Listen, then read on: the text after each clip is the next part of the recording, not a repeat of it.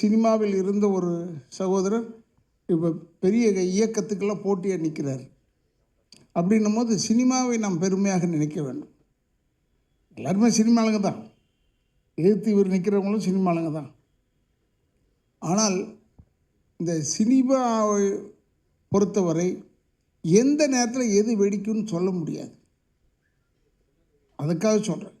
இப்போ நான் பேசிட்டு போகிறேன், போய் இறங்கி கொஞ்சம் கீழே போகிறதுக்குள்ளே நான் தலைவன் ஆகிடுவேன் திடீர்னு. அப்போ எனக்கு தெரியும், ஏங்க தலைவன் ஆகிட்டீங்கன்னு கேட்கவும் முடியாது நீங்கள். ஏன்னா சினிமா அப்படி. சினிமாவில் இருக்கும் என் கண்முனை கூடி இருக்கும் என் குடும்பத்தை சேர்ந்தவர்கள மேடையில் வாழ்த்த வந்திருக்கும் என்னுடைய அன்பு சகோதரர் வேல்முருகன் அவர்களை. ஏன்னா அவரையும் எனக்கு ரொம்ப பிடிக்கும்னா, நம்மளை மாதிரி ஒரு துணிச்சல்காரர், யாருக்கும் பயப்பட மாட்டார். அவர் பட்டதை சொல்லிடுவார். பட்டதை சொன்னதுனால அவர் நிறைய பட்டிருக்காரு, அது வேறு விஷயம். இருந்தாலும் அதெல்லாம் பற்றி கவலை இல்லாமல் பேசிக்கிட்டு இருந்தேன். அதனால் சொன்னார். அதே போல் என்னுடைய அதான் அந்த காலத்து ஜோடின்னு சொல்கிறதா, இந்த காலத்து ஜோடின்னு சொல்கிறதா, அந்த காலத்து தான் ஜோடி அம்பிகா அவர்கள். நாங்கள் நடித்த படமெல்லாம் நல்லா ஓடிச்சோம். இல்லை பேய்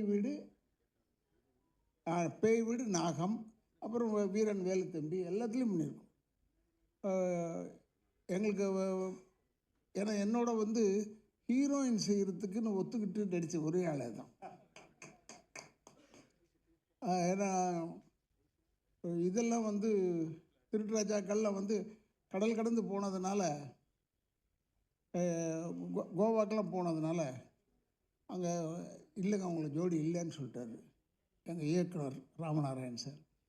அதே மாதிரி அண்ணன் சிஎம்கே ரெட்டி அவர் எங்களவர். இப்போ சொன்ன பிரச்சனையாயிடும். ஏன்னா இப்போ அந்த பிரச்சனை தான் பெருசாக ஓடிக்கிட்டுருக்கு. தேவையில்லாத பிரச்சனை தான், அதுதான் ஓடிட்டுருக்கு.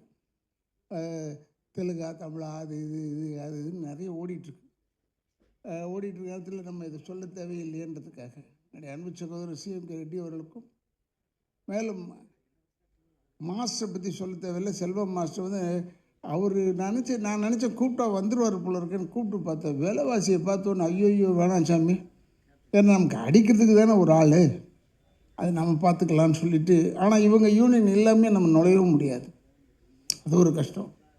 ஆனால் அவருக்கும் என்னெல்லாம் எப்பயுமே வியப்பில் ஆழ்த்தி கொண்டிருக்கும் என்னுடைய அன்பு இயக்குனர் விக்ரமன் அவர்கள். இப்போ கூட அவர் உடல்நிலை சரியில்லைன்னா கூட கவலைப்படலை, இந்த ஃபங்க்ஷனுக்கு வந்திருக்காரு பாருங்க. அதனால் நான் மிகவும் பாராட்டுகிறேன். அப்புறம் இந்த தம்பி இல்லை ஜெகனை பார்த்து சொல்லிட்டேன் நான். படத்தில் ஒன்று இந்த வயிற்றை கிழித்து வைரமெல்லாம் எடுப்பாங்கடா, என்ன படம்டா அது? அப்போ சொன்னான் ஆயன்னு சொன்னான். நான் உண்மையை ரொம்ப பிரதாபப்பட்டேன் அவனை பார்த்து. ஆனால் அவன் பயங்கர வாள்ன்றது எனக்கு நல்லா தெரியும்.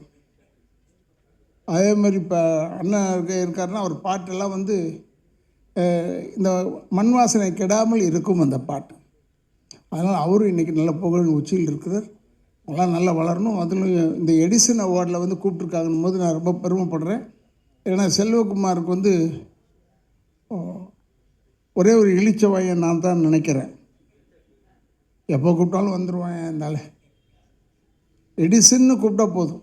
ஏன்னா தென்னிந்திய நடிகர் சங்கத்தில் இவருக்கு சரியான அங்கீகாரம் தரல. நாங்கள் அப்போ எலெக்ஷன் டைம் ஏதோ ஓட்டு போட்டுட்டு இருந்தோம்னு நினைக்கிறேன். அப்போ சகோதரர் விஜயகாந்த் எப்பயும் அவருடைய பேச மாட்டார், சொல்ல மாட்டார், எல்லாரையும் அனுசரிக்கக்கூடியவர். சும்மா தொந்தரவு பண்ணாதன்ற மாதிரி ஏதோ ஒன்று சொல்லிவிட்டார். அப்போ நான் கூப்பிட்டு சொன்னேன், டேய் எதிர்காலத்தில் அவன் பெரிய ஆளாயிட்டானா அப்புறம் நம்ம வணக்கம் சொல்ல வேண்டியதாக இருக்கும், அதெல்லாம் வேணாண்டா, விடு அவனை விடுன்னு. அவருடைய ஃபங்க்ஷன் எங்கே மலேசியாவில் கூப்பிட்டாரு, போனாங்கன்னா எல்லாத்துக்கும் போனேன். ஆனால் அவர் ஒரு ராசி இருக்குது அவர்கிட்டையும். கல்யாணம் ஆகாத பெண்கள் யாராவது அவர் கூப்பிட்டாருன்னா வந்துடுங்க ஃபங்க்ஷனுக்கு. ஏன்னா உங்களுக்கு இம்மிடியட்டாக கல்யாணம் ஆகிடும். நல்ல இடமா பார்த்து கல்யாணம் ஆகும், அதுக்காக சொல்கிறேன். ஏன்னா அதை நான் கண்கூடாவே பார்த்தேன். நான் சொல்கிறது மலேசியாவை பற்றி சொல்கிறேன், அவருக்கு தெரியும் யார் அந்த பெண்மணி, அதெல்லாம் தெரியும். எதுக்கு சொல்கிறேன்னா, ஒரு நல்ல உள்ளம் படைத்த மனிதன்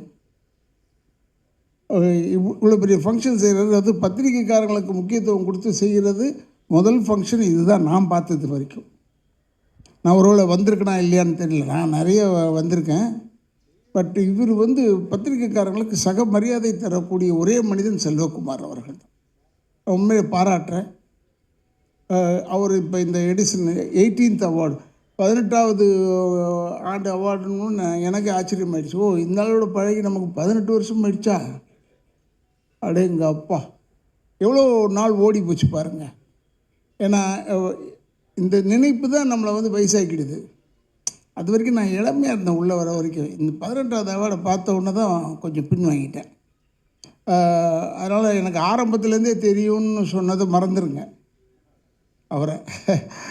and is a very good man. இப்போ கூட அண்ணன் ரொம்ப அற்புதமாக எங்களெல்லாம் அறிமுகப்படுத்தினார். அதாவது கட்டுறதுக்கு உதவும் மூங்கில், அப்புறம் தேவையில்லாத வாழை மரத்தை வச்சு, இது கலைஞர் சொன்ன கதை எங்களுக்கு, நான் இல்லைன்னு சொல்ல. அப்போ தேவையில்லாத வாழை மரத்தை வச்சு தான் ஃபங்க்ஷன் பண்ணுவாங்க, அது தூக்கி ஓரத்தில் போட்டுருவாங்க. பட் இருந்தாலும் அதையும் மதித்துன்னு சொன்னார்.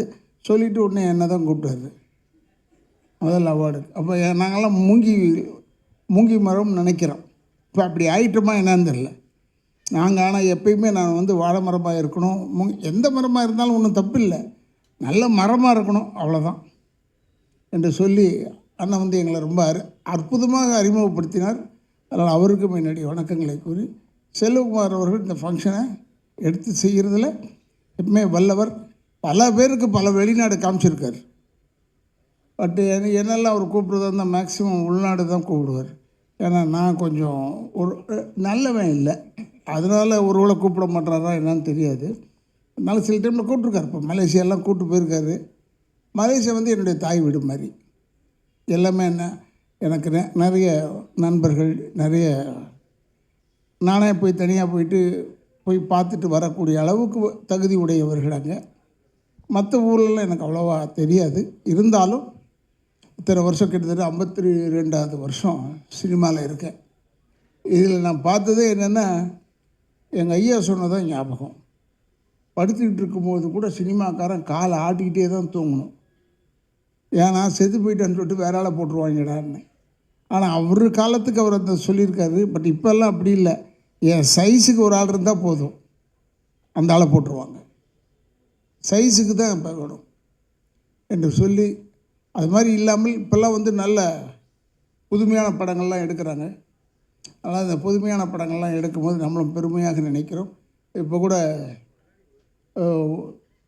ஒரு சினிமாவில் இருந்த ஒரு சகோதரர் இப்போ பெரிய இயக்கத்துக்கெல்லாம் போட்டியாக நிற்கிறார். அப்படின்னும் போது சினிமாவை நாம் பெருமையாக நினைக்க வேண்டும்.